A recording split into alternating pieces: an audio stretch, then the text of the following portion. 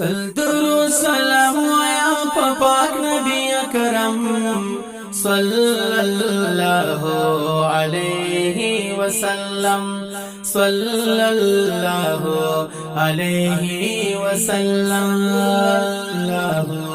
علیہ وسلم تل درود سلام یا پاک نبی اکرم صلی اللہ علیہ وسلم صلی اللہ علیہ وسلم اللہ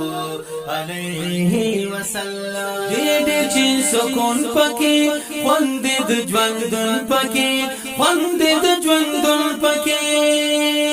دیر چین سکون پکی خوندد جوندن پکی خوندد جوندن پکی خوندد جوندن پکی